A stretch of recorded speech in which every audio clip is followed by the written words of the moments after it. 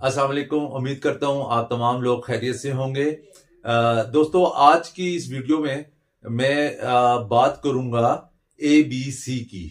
जी हाँ, आप समझ गए होंगे, A for accelerator, B for brake और C फॉर क्लच। और तमाम जो हमारे ड्राइविंग स्कूल इंस्ट्रक्टर्स हैं वो अपने स्टूडेंट्स को ABC के बारे में जो है वो समझाते हैं, बताते हैं, सारी चीजें हैं। लेकिन इसमें जो एक सबसे इम्पोर्टेंट और अहम बात है जो मैं समझता हूं कि आपको वो बताना जरूरी है, वो अहम बात क्या है कि बेसिकली जब आप ABC की बात करते हैं, A for accelerator, B for brake और C फॉर क्लच, इनका जो मैकेनिज्म होता है, हम बेसिकली ड्राइविंग इंस्ट्रक्टर जो है वो ये सिखाते हैं। और ये मेरे ख्याल में कंपलसरी और सबसे पहला लेसन होता है जो स्टूडेंट्स को दिया जाता है। यानी कि आपने अपने जो फुट हैं, A एक्सीलेटर, B ब्रेक और C क्लच, इसके ऊपर रखने होते हैं। लेकिन बेसिकली रखने से मुराद ये होती है कि आपको इनकी सही मैकेनिज्म का पता हो कि वो किस तरीके से रखा जाता है। आजकल YouTube में बहुत सी वीडियोस मौजूद हैं, जैसा कि आप सब दोस्त हजरात जो हैं, आपने खुद भी सीखा होगा, पढ़ा होगा और इसके बारे में आपने बिल्कुल नॉलेज लिया होगा कि ABC जो है वो क्या होती है।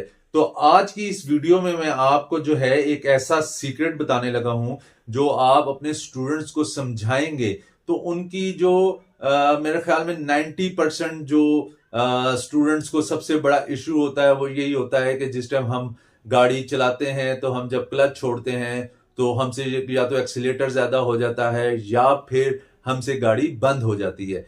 तो दोस्तों, अगर आप ड्राइविंग इंस्ट्रक्टर के तौर के ऊपर जो है वो काम कर रहे हैं पाकिस्तान के किसी भी जिले तहसील में और शहर में, तो आपको इन मसाइल का और इस क्वेश्चन का रोज जो है वो सामना करना पड़ता होगा कि एक्सीलेटर, ब्रेक और क्लच, इसका इस्तेमाल कैसे किया जाए, किस तरह किया जाए। तो आपने ये वीडियो पूरी देखनी है। तो इंशाल्लाह ताला मैं आपको इस वीडियो के अंदर एक्सीलेटर, ब्रेक और क्लच के हवाले से जो है वो मुकम्मल तफसील दूंगा और एक ऐसा सीक्रेट आपको बताऊंगा जिससे जो है आपके स्टूडेंट जो है वो पहले ही दिन आपके लेक्चर के बाद उनके ऊपर आप ये एतमाद कर सकेंगे कि वो अपना जो क्लच है वो बिल्कुल सही जो है वो छोड़ेंगे। तो दोस्तों, चलें शुरू करते हैं कि मैं आपको बताऊं कि ABC जो हमारी जो फुटिंग होती है, एक्सीलेटर जो होता है वो हमेशा से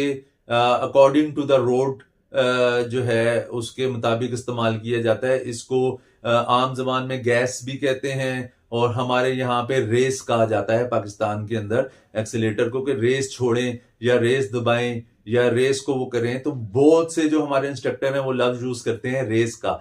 तो मैं उनसे सबसे पहले कहूंगा कि आपने कभी भी जो अपना ये अल्फाज है रेस का, ये नहीं करना। रेस दें या कम करें ये एक अलग बात है, लेकिन रेस छोड़ें और रेस के ऊपर रखें, कभी भी ये अल्फाज इस्तेमाल नहीं करने। हमेशा आपने बताना है A फॉर एक्सीलेटर, यानी कि एक्सीलेटर को प्रेस करें और एक्सीलेटर को जो है वो कम और ज्यादा करने के लिए उसका जो प्रेशर है वो कम और ज्यादा किया जाता है according to the road, according to the speed और गियर की स्पीड के अलावा किया जाता है।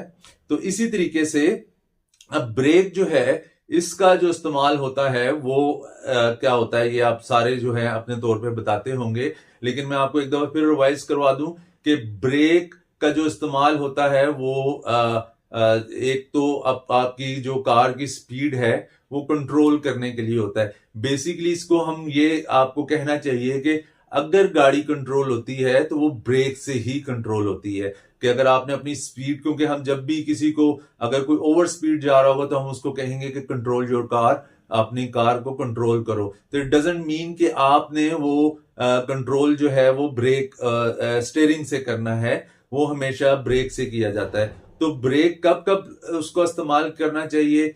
एक उसका पहला इस्तेमाल ये होता है कि जब आपके सामने वाली गाड़ी की रेड लाइट नजर आए तो स्टूडेंट को हमेशा आपने ये इंडिकेशन देनी है, उसको ये बताना है कि जब भी आपके आगे चलने वाली गाड़ी की रेड लाइट नजर आए तो आपका पांव भी ब्रेक के ऊपर अकॉर्डिंग टू दैट लाइट आ जाना चाहिए। दूसरा, हमेशा डाउन स्लोप के ऊपर जो है वो ब्रेक का इस्तेमाल करना चाहिए। और तीसरी चीज ये कि आप जब रोड के ऊपर जा रहे होते हैं तो आपकी लेफ्ट साइड से अगर आपको लगे कि कोई बंदा आ रहा है तो आपका पांव ब्रेक के ऊपर आ जाना चाहिए। ब्रेक के ऊपर आ जाने का मतलब यह है कि आपका पाँव ब्रेक के ऊपर आ जाए और अकॉर्डिंग टू द सिचुएशन जो है वो कितनी स्पीड को ब्रेक को जो है वो आपने यूटिलाइज करना है। और इसके बाद जो आपका तीसरा अहम जो एलिमेंट होता है, बेसिकली ये गाड़ी के एलिमेंट्स होते हैं A B C, steering, gear और जो आपकी ये जो एलिमेंट्स होते हैं इनका इस्तेमाल किया जाता है। तो इस हवाले से आपने जो उनके एलिमेंट्स हैं उनको जो है वो इस्तेमाल करना होता है। तो अब जो मैं आपको तो दोस्तों इसमें अब हम बात करेंगे C4 क्लच की। अब C4 क्लच जो होता है, इससे क्या होता है कि जब हमने फर्स्ट गियर के ऊपर गाड़ी को पिक करना होता है, यानी कि गाड़ी को चलाना होता है, तो उसमें हमें जो है इसका क्लच का जो सही बैलेंस है वो स्टूडेंट से नहीं हो पाता। तो आज मैं आपको इस वीडियो में जो है वो बैलेंस करने के लिए एक ऐसी टेक्निक बताऊंगा जो अगर आप अपने स्टूडेंट्स को समझाएंगे तो इंशाल्लाह ताला वो वहां पे उस चीज को समझ जाएंगे। तो नाजरीन, C4 क्लच जो होता है ये इस्तेमाल होता है गियर को शिफ्ट करने के लिए।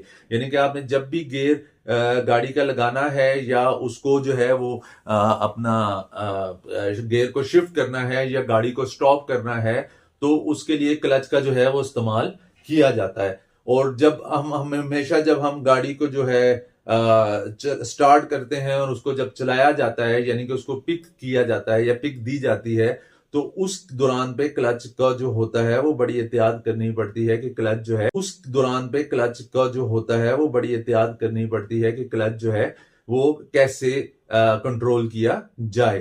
तो इसमें बहुत से जो हमारे इंस्ट्रक्टर हैं, ड्राइविंग जो इंस्ट्रक्टर्स होते हैं, और मैंने 90% बल्कि मैं तो ये कहूंगा कि 99% जो लोग होते हैं वो स्टूडेंट को हमेशा ये बताते हैं कि जिस टाइम आपने क्लच छोड़े होना है तो जहां से गाड़ी आपकी मूव हो तो वहां से आपने क्लच को छोड़ देना है।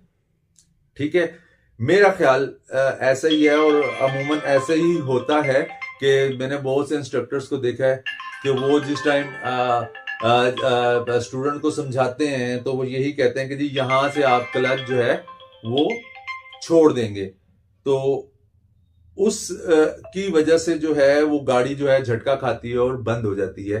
तो यहाँ पे सीक्रेट ये है कि अब इसमें हमेशा से पहली बात तो ये याद रखिएगा कि हर गाड़ी का पिक पॉइंट, बेसिकली जिस जगह से आपकी गाड़ी क्लच छोड़ते हुए चलना शुरू होती है उसको कहा जाता है पिक पॉइंट।